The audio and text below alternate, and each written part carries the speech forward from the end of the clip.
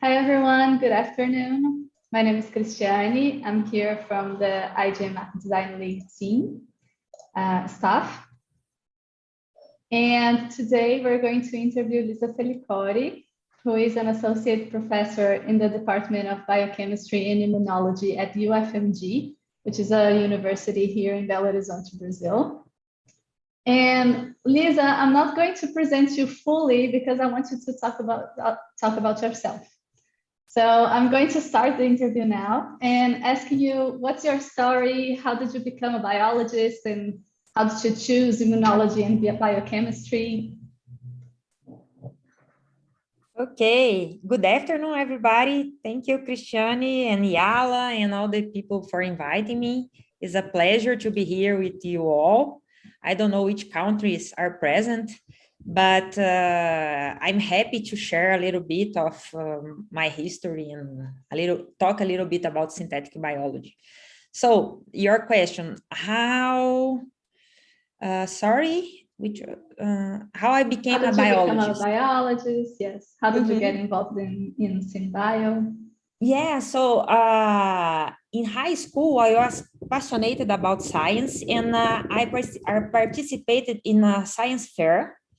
The theme was HIV, the good and the bad things about HIV, and I was fascinated by the good things about HIV. That was all the discoveries that came from HIV disease. As it's similar to the present. Now we have COVID-19 and you have several good things about this. We are learning so many things about this. So because of this science fair, I was very interested about biology, and I decided to pursue this field. And biochemistry and immunology, because I love the molecular things. So I love to understand the details about the thing, how the things work. So that's why I decided to study biochemistry and immunology. And I like vaccines and molecules, all these things. And how I was interested about synthetic biology, it's a funny history because in 2006, I went to France to my PhD, to do a part of my PhD. And the PI in the lab at this time, he asked me to fill a book with some crazy ideas. So every week we discussed about a different crazy idea. And one of my crazy ideas was to create a computer with molecules. So when I had this idea, I have to search if someone else have done and if there are something in this field. So I discovered synthetic biology. It was the beginning at the time, at the beginning of the design of synthetic circuits. At this time. So in 2006, I had the first contact with synthetic biology. And after that, I started a project with this former advisor in the field. That's a great way to start a career and to start thinking about crazy ideas. I love that practice. I think it should be implemented in every lab because I think it's so good to get your imagination going, right? Exactly, because always you have very focus on one thing and you forget to think outside the box, to think in crazy things, the things that you think is not possible, but someone have to think in impossible things to make them possible. Absolutely. And tell me a little bit about the challenges you faced, both as a student and now as an emerging leader in the field. There are so many, but I think for me as a student, in general, my main problem was my poor confidence on myself. I don't know, I didn't believe that I could do something, that I was capable of doing something. So this was a challenge for me. But now I think with the time, with the experience, with a lot of reading and Yeah, now I think it's much better. So I think most of the students have this problem too. They don't believe in their ideas or their projects. So one advice is to believe in yourself. And as an emerging leader, I think still it's a challenge for me is to choose among all the research areas what field to follow, because I like almost everything from astronomy to physics to chemistry. And so it's so hard to choose what research project I will conduct. And because of this, I try to do some very different projects. And one of this can be a good side and a bad side. The good side is that I learn a lot of different things, but the bad side is that I become overwhelmed with so many projects and so many information. So I try to overcome this by an intense life outside the lab too, like to doing sports and to having contact with nature, like to hike, climbing, paraglider flight, waterfalls, rappel, among different other activities. So it's the way that I find to have an intense life inside the lab and outside the lab. Oh, that's great. I think that it makes you a really interesting person to have so many interests, because you can talk to many different people and then you can have like subjects to talk with them, right? And Exactly. the good thing about synthetic biology is that you can pursue different fields at the same time, right? Exactly. So during my postdoc, I worked directly with a mathematician. So it was a challenge to do a same project with two different point of views. And I learned so much to work with her and to discuss the ideas with different point of views. I think it's very important to discuss and to talk with people from different areas. Absolutely. And you were talking a little bit also about the challenges of being a student. And I think that today we have a lot of imposter syndrome, right? We don't feel like we belong there and that we are enough for that role. And I think that that's something that's really important for us to address nowadays, because we need to feel like we are capable of doing things, right? And I think that comes a little bit with experience, but it also comes from confidence, right? Exactly. So I think one of the most amazing things in iGym is to empower the students to develop their own ideas and to see that they are capable to have good ideas and to realize their projects, to go to the lab and to learn things and to propose things. So I think the iGym have this idea to empower the students and show them that they are not worse than the researcher in general. They are most of the time more creative than than us now. For example, the younger students have I don't know if you can say that, but a bigger creativity, a higher creativity than us, I think. Yeah, I think so too. iGym is an amazing opportunity to develop that. And changing a little bit of the subject, I wanted to ask you, well, you work with so many different things.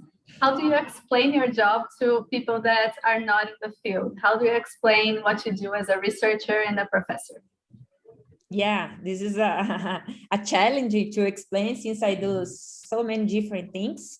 But I think one of the major, the central theme in my lab is the work with venomous animals, from the understanding of toxins functions to the development of diagnosis and therapeutics. So it's the major field. So because of this, we work, for example, in cloning toxins and create peptides or derivate from these toxins with biological activities to improve or decrease some activities So this is a field in synthetic biology that we modify. We know something, you modify this molecule to increase or decrease the activity, to change the activity. And for example, in the diagnosis field for the toxins detections, for example, we developed some artificial cells that have biochemistry reactions inside. So the idea is to detect, for example, this cell can detect one different protein or metabolite with their, we name this skill cells. And in the therapeutics, we work mostly with antibodies, like to understand immunogenetics and to produce antibodies. And that's also very interesting. I think that antibodies, especially now with the pandemics, it's something that it's really coming to the light, right, and to the attention of everyone. And metabolites and discovering things within cells, I mean, that's a passion of mine as well. So I think that's really interesting. And tell me a little bit about what are the most challenging questions that you're trying to solve with Synbio right now. So what are the projects you're involved in? Yeah, hard questions. There are so many challenges at this time. There a sentence from a former for a Nobel Prize that said, what you cannot understand, you cannot create. So I think the biggest challenge for us now in synthetic biology or in different fields is to understand the basic of biology. For example, in my field, I feel that we don't understand how the genes organize to produce antibodies, how the diversity of how is the diversity of these genes in the population, how this will impact a disease development. And for example, we see that there are some mutations, some polymorphisms in the immunoglobulin locus that will impact in the course of influenza infection, for example. So why, for example, why people respond so different to COVID-19? There are some genetic difference in the immune locus that will give this difference. So I think the understanding of this basic aspect of biology for me is the most challenging thing, because only if we understand this, we can engineer, we can propose smarter and better solutions to treat and to edit and to do different things. Yes, absolutely. So the basic, I think the basic biology is the biggest challenge. Yes, I think so too, because you need to find out things first, right? You're not using something that someone already discovered and then building on it. Exactly. So yeah, I do think it's harder as well. Yeah, and for example, in the case of vaccines development, we do like experiments. We tried this technique or the other one. We are not sure how it works. So because of this, you have to try. So if we understand completely, we can do this very easily, but it's very complex. It's very complex. It's beautiful. Yes, it is. It's like a whole world, right? It's really interesting to understand and study about that. Yeah, it's amazing how cells works, how they are complex, and how they change according to the food they have. So I think it's very passionate to understand the molecular level of things. Absolutely. And thinking about your experience back in Paris in 2006, when you were thinking about crazy things and trying to code cells for the first time. Was it then, like around that time, that you discovered iGEM, or was it something that your students brought to you? How did that happen? So yeah, in 2006, I started to participate of a synthetic biology discussion. It was in Paris. I lived far away from Paris at the time, but each 3 months, everybody went to Paris and to discuss synthetic biology. So it was a discussion. It was a beginning. And they create their master class on synthetic biology after. And at this time, I have heard about iGEM. It was just the beginning. So I knew already about that in 2006, and I started to follow the evolution of the competition. And I saw the growing teams participating on that. And one of the guys that participate on this discussion, he creates an open lab in Paris. The name is La Paillasse. I remember that. And so, yeah, I have the contact with the iGEM, and I follow all discussions since 2006. And but to start, so you asked about also about to participate from the competition too? Yeah, I was trying to figure out, how did you discover synthetic biology in iGEM? And well, the next question is, how did the UFMG team came to be, right? Did you came up with the idea, or did the students have this interest? Yeah, so I started as a professor in 2012. At this year, I gave a conference in the Biochemistry and Immunology Department conference, symposium. And it was all open for all the students from the university. So I talked in 2012 about synthetic biology, all the projects I developed in this field in France. And at the end of the conference, one student came to me to talk about iGEM. It was in my mind that I will not start a team in 2013 because I had so many things to deal with. But the student was so excited. He talked me about the competition, and so I told him, if you find other enthusiastic students, if you move yourself and find students motivate as well as you are, we can start, I can help you. So it happened. So these students, Lucas, it was a medical school student. So he started to do some recruitment from different units in university, different departments, and we arrived to have a team. By the end of 2012, we started to organize that. In 2013, we have a group to discuss and to discuss ideas, to learn the basics of synthetic biology. They didn't know nothing about this at the time. So we did I did some basic lectures. We studied some papers. So it was a very nice experience. So it came from a student. That's so cool.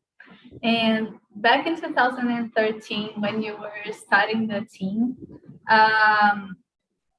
what was the experience like? Because the competition itself was a little bit different, right? You had regional parts and then the global ones. How was that?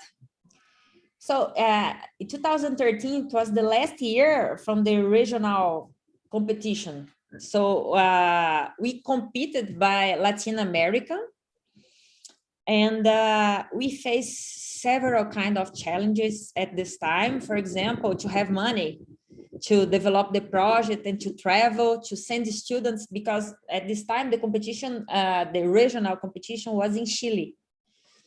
So to have grant, to have money to send the group to Chile, it was a challenge. And but it was also very fun because in the group, all the students discussed several, like 10 different very nice projects, 10 different very nice ideas. And after some months of discussion, they arrived to a best idea, and they went to the lab. Some of them never went to the lab before, and they developed the project, and it worked. So I was excited, they were excited too. And yes, the challenge was to have money, to have a space, a place to work together, because we don't have a lot of places to develop students' idea. We have the researcher professor's lab, but we don't have a lab for students, for example.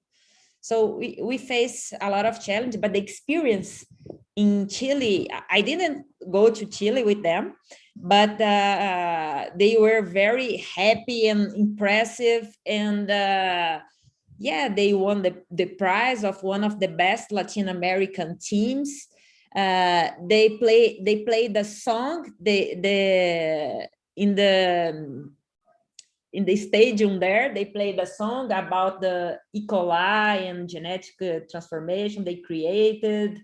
So after that we won this Latin American prize, it was easier to have fundings to go to Boston, to the MIT competition.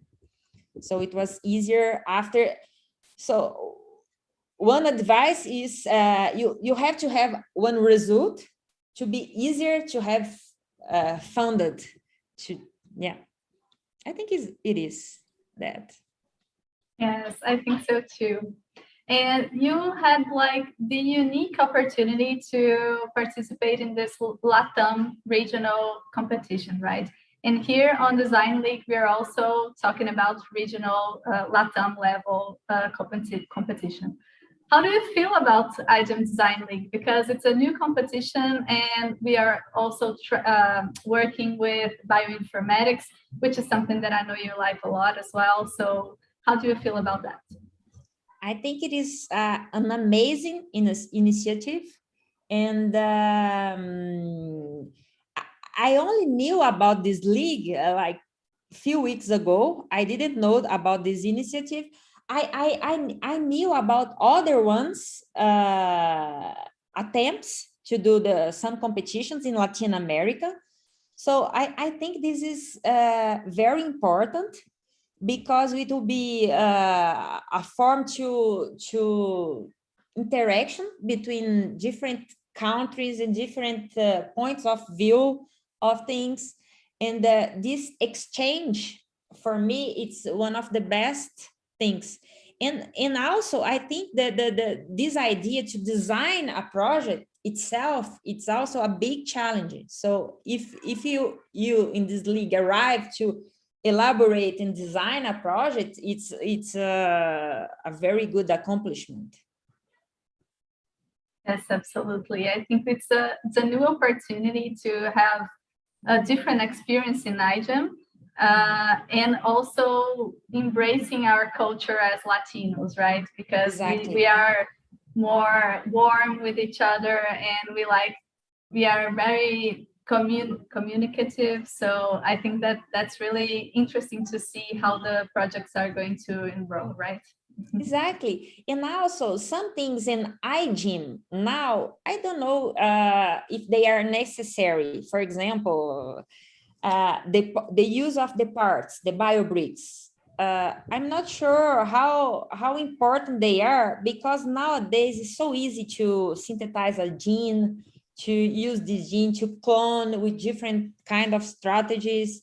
So there are so many possibilities outside iGene and outside iGene idea. Maybe since Latin American students, I think it's more creative, maybe different solutions will come from this. Yes, absolutely. And for everyone who is watching, this is actually a very amazing opportunity for me to be interviewing Liza, because she was my PI when I went to IGEM in 2015. So it's a great pleasure to have her here. And I wanted to ask your point of view of the year I participated, which was 2015, right? Because we had some great accomplishments. We won the Best Education and Public Engagement prize, as well as we were nominated for Best Integrated Human Practices. So in your point of view as a PI, how was that experience? How do you think that we did as, overall? Mm-hmm. I think it was an amazing experience, mostly because of the enthusiasm of all the students, including you. It was very easy to advise this group because I think most of the group was very enthusiastic. They searched the things by themselves. So I was not very much demanding. So it was easy.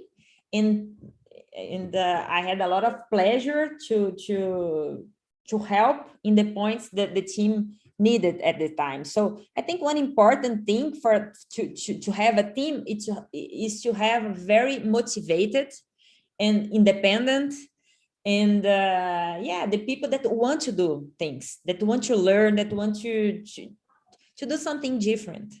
So I think that this is very, very important. So the experience was amazing because I think at this year, we start this part of education in synthetic biology. And it is a field that I'm working with now.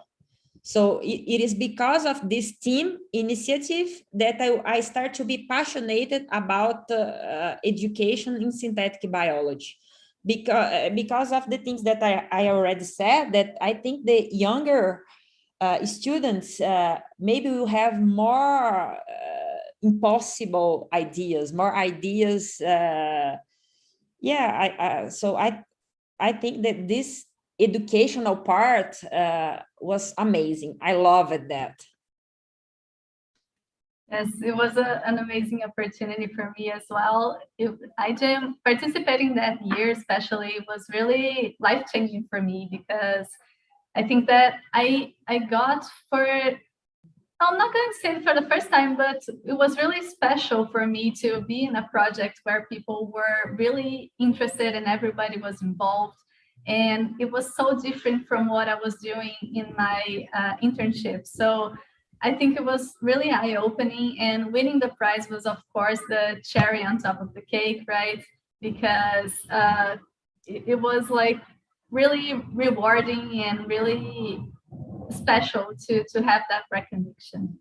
Yeah, I think winning the prize, it was just a consequence of the hard work the team did. I think, the objective is not winning a prize. It's do the best you can do.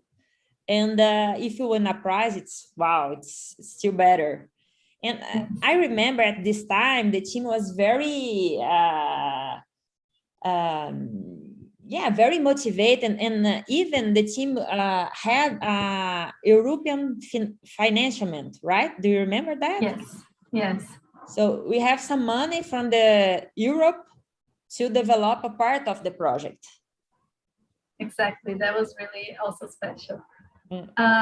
And that, I'm not sure if I remember the timeline correctly, but was it just after that you started the Open Lab Ideia Real at UFMG? Tell me a little bit about the Open Lab and how did it come to be? Mm-hmm. So I don't know if everybody knows, but we have now in the UFMG a biohacker space. So a lab that is open to everyone that have one idea that want to test. So this started in 2013, after the first year of the competition. Because when we went to Boston, we saw this starting. I think the first open lab in the world, it was in Brooklyn, New York. It was the Gene Space. And the leader of the gene space was there in the 2013 in the competition. And they started to talk about this, and we were very interesting about this idea, because we struggle with the students to have a place for them to develop their ideas in 2013. So we thought, why not to create a space for iGymers, for the group of iGym to develop their project. So the initial idea is to create a place where the students, the group from iGym could develop their ideas. So this was the initial thinking. So after our participation in the competition, I talked to the president of FAPEMIG. It's the grant financial agency in our state here. And they were very excited to finance an open lab in the university. So we talked about our enthusiasm and about our prize in that year. So they were excited. And so this person at the time, now he is the president of Synbio, that is one of the major financial agents in Brazil. And he told me that he will finance the project. So he asked me to write a project with all the needs we had. And so we did that in 2014. And in the middle of 2014, they told us that the project will be financed. And in 2000, so this takes some time. So you have to be very persistent. When you believe in one idea, you have to be very persistent. And so we started to buy the things for the lab only in 2016, because the delay to have the money, the delay to have the place and all the things. In 2016, we started to build and to buy things for the lab. 2017, I was in the US for 1 year, so I was outside, and we only started the lab in 2019. So it took 6 years to open the lab. Yeah. And how are the activities there now? I mean, I know that the pandemics absolutely changed everything, but how, for the period pre-pandemics, right? How was that working? Did you have students from other areas outside of biology as well? How did that happen? Mm-hmm. So before the pandemics, we worked a lot in the educational to do some courses, and it was amazing because we did some courses for the kids and teenagers, and we introduced at this time genetic manipulation for the teenagers. So they did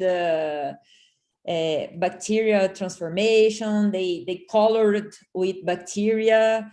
It was really great. And for the kids, we did some DNA extraction. We introduced some genetic concepts. It was a very, very big challenge, because how to speak these complex words to kids.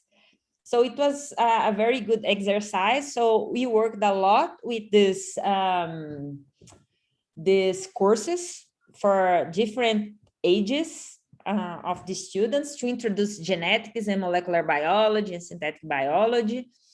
And so with the pandemics was not possible to do this anymore. And so in the lab, in Ideia Real, not Idea Real, in the Ideia Real, we have 3 different spaces.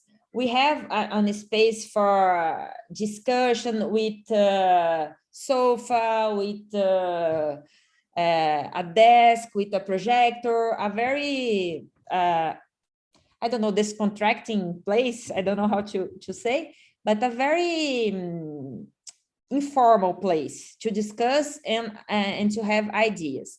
And we have also a lab place, a place where we have a bench with centrifuge and with a PCR machine and all the equipments. And we have also prototype place, a place where we have laser cutter, we have 3D printers, and all these engineering sensors and Arduinos. And so in the beginning of the pandemics, we did an action to produce face shields. So since we had 3D printers in the lab, we started this initiative, and we formed a network in the Belo Horizonte with more than 100 people. We discovered a lot of people that have 3D printers at home. So we did this network, and we start to print the face shields to protect at this time we have a mask shortage at the hospitals and clinics. So we start to do this for every hospital in the city and also in the other cities. I think we did face shields for more than 60 different hospitals. And we did around 12,000 face shields at this time with this initiative. So we did with the laser cutter, the frontal mask, and with the support with the 3D printers.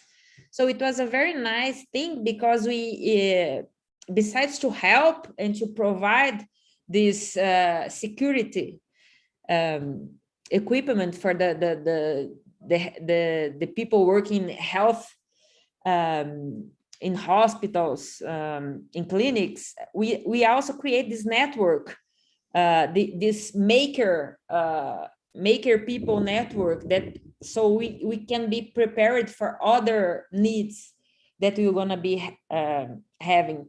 We started also to do swabs because we have also shortage from swabs to do diagnosis.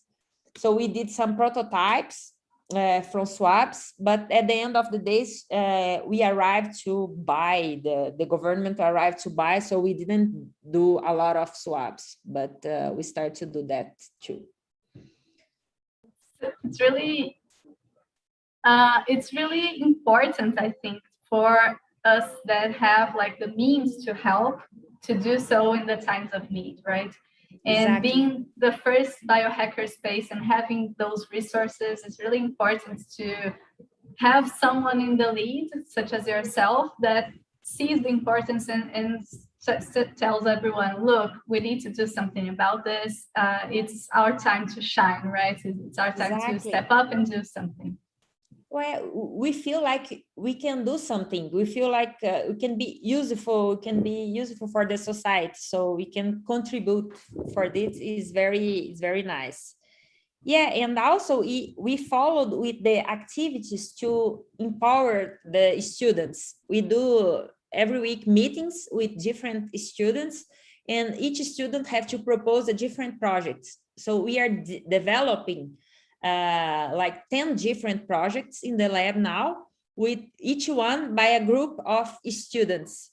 So now we're going to do a bioinformatics class about COVID-19 with hands-on activities.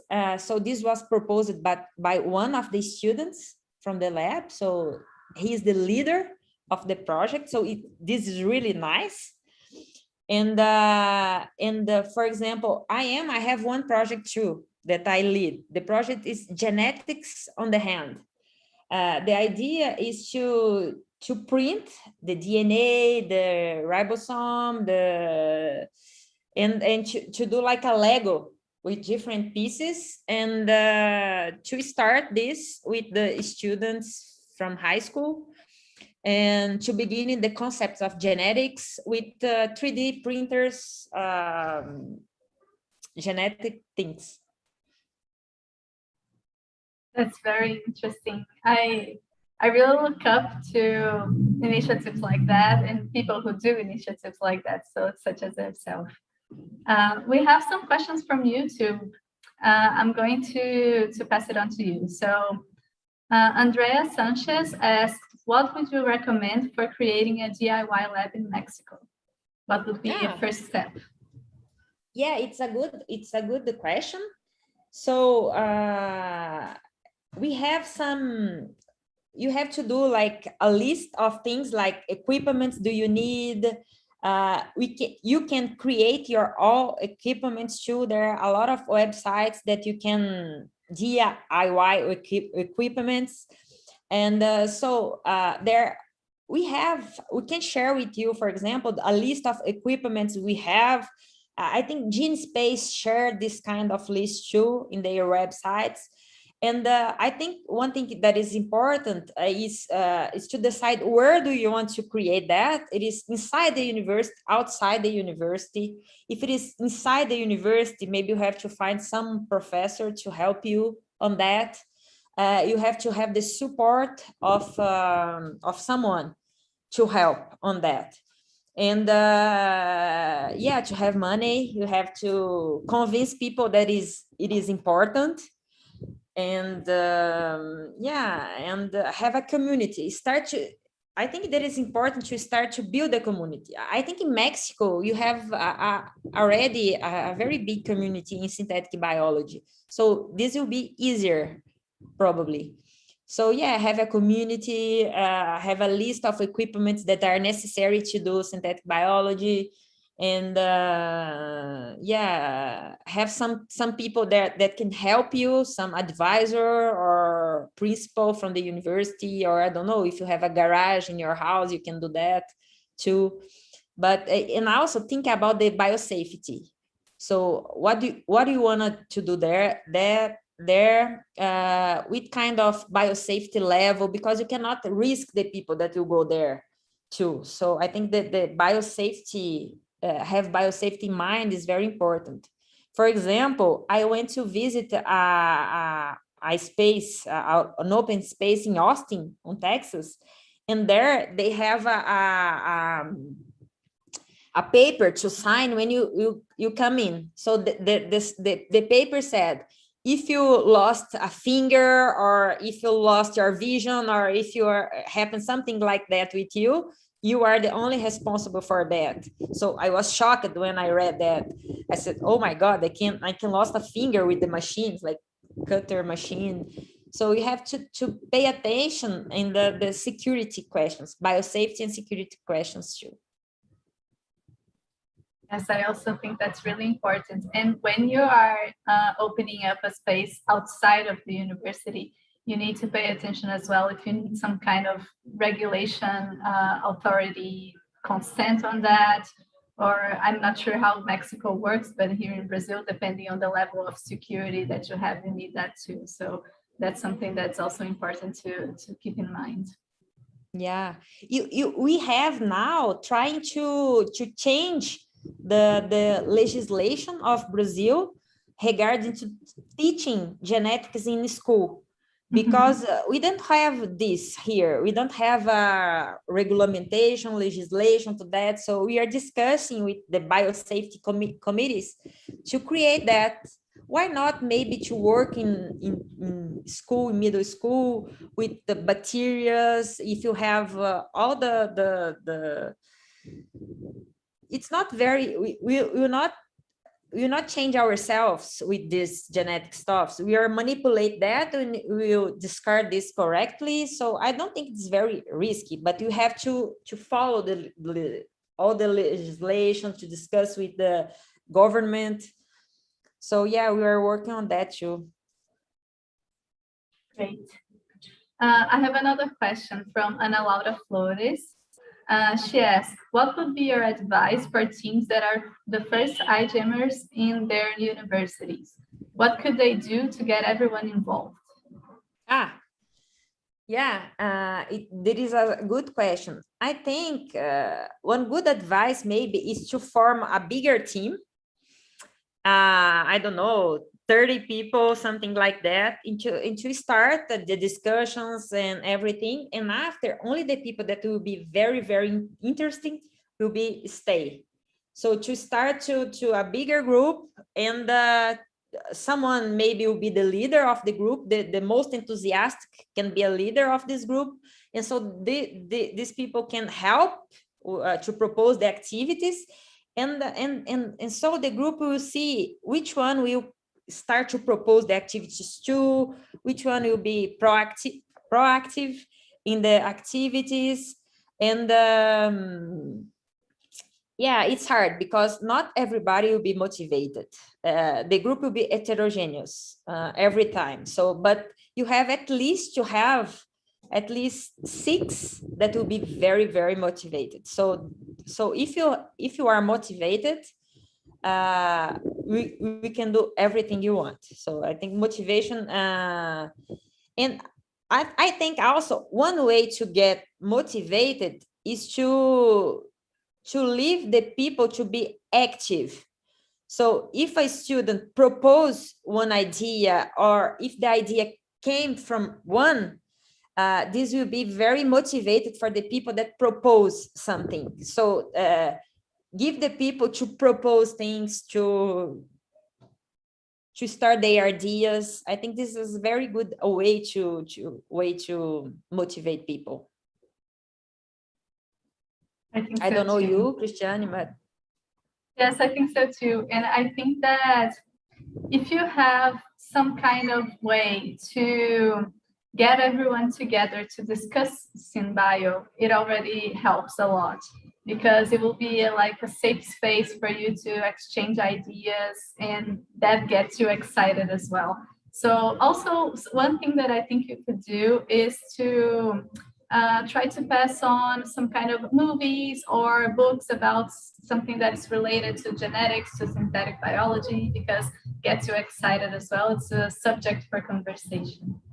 yeah, sure. And maybe also do some meetings without the professor, without the responsible for that, because when the professor are present, I feel like the students are a little bit shy and they didn't talk much about their ideas. So to discuss yourselves, the group together without a PI, I think also it's can motivate you more to present new ideas, to be a little bit crazier.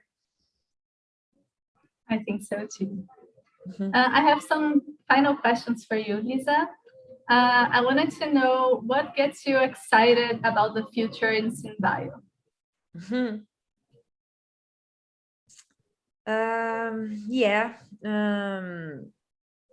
I'm passionate about so many things. It's hard to tell, but yeah, I think what motivated more, it's the basic learning. It's the basic science. It's the using genetics to better understand the whole of the immune systems, to better and easily produce vaccines and therapeutics. I think for me is one thing that motivates myself. And also I'm very motivated by training the future synthetic biologists. I hope they will be better and smarter than my generation is, because maybe the knowledge is easier to have now with all the technology. And so I'm passionate to create tools to help easier understanding of complex biology too. So to try to, sometimes I feel like I'm a little bit lazy. So I want to have the things easy. So because of this, I want to become the life of the others easier too. So yeah, I think understand the basic of genetics to create better therapeutics and vaccines is something that passionated me, and create tools to improve or to become easier the understanding of this new generation. That's very inspiring. I have a final question for you. This one we always do for all our invitees. Which is, what is something that sounds like science fiction, but it's closer to reality than we imagine? There are so many things. For example, I think maybe you probably have been discussed already about the genome editing. So yeah, to fix diseases, for example, to edit embryos and to, yeah, I think genome editing to choose the genetic traits you want for your generation. I'm not discussing about the if it is good or not, but I'm just discussing that will be happen very soon. Maybe you can decide if your baby will be a boy or a girl, with kind of hair or eyes that you have. I think this will be possible very soon. And also, I think that this is already happening, like to produce clothes and home furniture from living organisms as fungi. So this is already happening. Biology, furniture, biology, clothes. Also create personalized medicine tools, like diagnosis device that can detect a specific disease in you, but that I don't have, and deliver a specific medication on you, a specific personalized medicine devices, for example. I think this is also happening. And also lab-grown organs. Now we are seeing already the people can print ears. The people are trying to do mini brains or some different tissues, or editing animals organs like pig lungs to humanize these organs too. So there, yeah. There are so many applications, right? Yeah, sure. I was listening to a podcast the other day that was talking about bricks made out of fungi. So building buildings with fungi. And that the amazing thing would be that if you had like some kind of hole in the wall, you would just put water and it would grow back. Yeah, so it nice. Would be really interesting. Yeah, sure. Yeah, I think this is the century of biotech. Yeah. You're exposing our knowledge and the possibilities we have in construction, electricity, and environment. Yeah, everything. It's amazing. Yes, it sure is. Well, I think we're done with questions. So, Liza, I wanted to thank you again for being here. It was a great pleasure interviewing you and getting to know you a little bit better from your experience and your point of view on things. So thank you very much for being with us today. It was my pleasure. I'm very happy to see this initiative. I think it's very important for Latin America to change the experience, the ideas. So I'm very happy to know a little bit more the Hygiene Design League. And yeah, if you need something regarding the open lab creation or some advice, you can contact us, and we'll be happy to help. Oh, thank you so much. Yeah. Well, thanks everyone for watching, and we'll see you in a couple of days. I hope you've enjoyed this interview and have a great weekend. Bye, everyone. Bye-bye.